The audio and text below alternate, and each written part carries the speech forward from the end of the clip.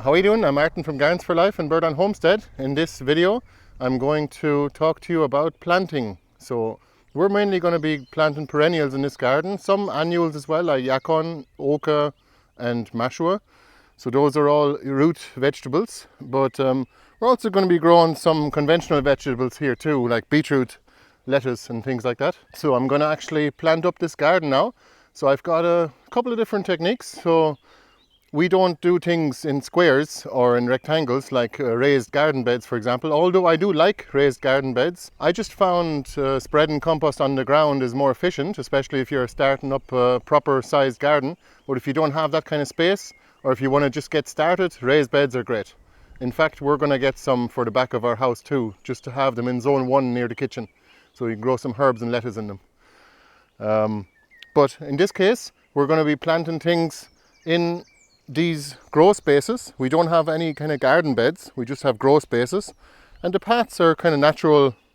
They just kind of evolve wherever we're walking, wherever they kind of fall naturally into place, because we just spread a little bit of compost on the path so that when we cover the entire garden bed here with wood chips, we're going to have something that we can grow in here too. And so eventually this garden is going to it's going to look like this.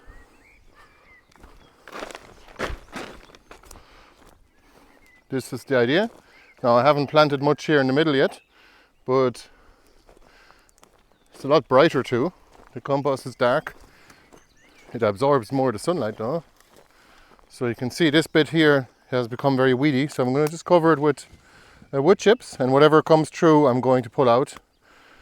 So instead of planting things in neat rows or even in patches, like as in a group of plants, I might just mix it up just to give the garden a better chance ecologically, but also so that the plants can help each other and take up all of the space so that we get less weeds. We definitely want to form a canopy by midsummer, which is only about a month and a half away, I believe. And hopefully this garden will be completely covered in green. Here are some of the plants that I'm going to be planting today. These are fennel and rhubarb, a couple of different bits and pieces here, zebra mallow, some Portuguese kale, great mullein, some Nero de Toscana, but it's actually a black magic, it's a different variety, some valerian and more great mullein. What do you think? What should we plant?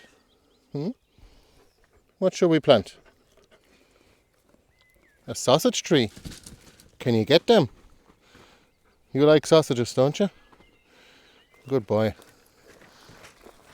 They don't eat very many vegetables. Luckily they don't eat the ocas, because I think they could be probably the main contender for them. They might start digging them up. So let's take a look here. So some of these mashuas here I'm going to be planting out, but also I've got some oca at the other garden, and these pumpkins will be planted out also. It's going to be chock-a-block, but these ones here now, they're going out today. These are all yacon plants and they can be planted right now. We've had 5 varieties of yacon in the past. Now we only have 1 or 2, and these ones are the best ones. These ones have prevailed. So also some courgette plants that are still small. I have them in here mainly, all these plants here are mainly in here for frost protection, but I think we're okay. So let's go.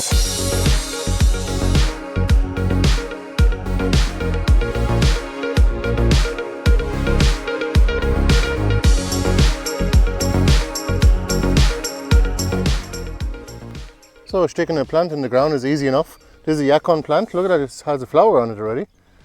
Funny that. Not sure why that is. Maybe because it was left in the greenhouse too long.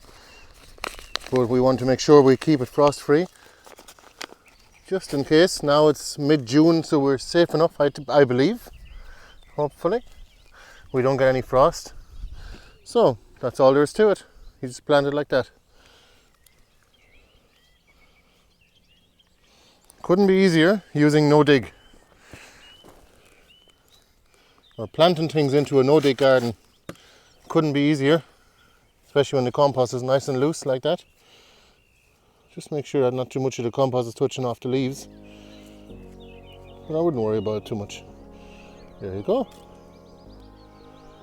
Let me just do that with all the rest of these plants now. We have some more in the greenhouse too.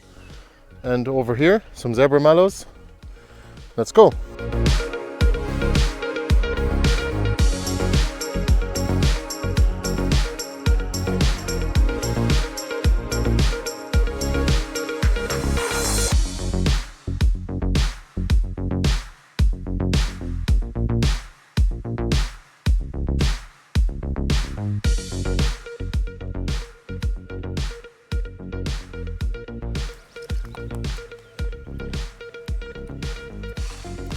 Dog, aren't you?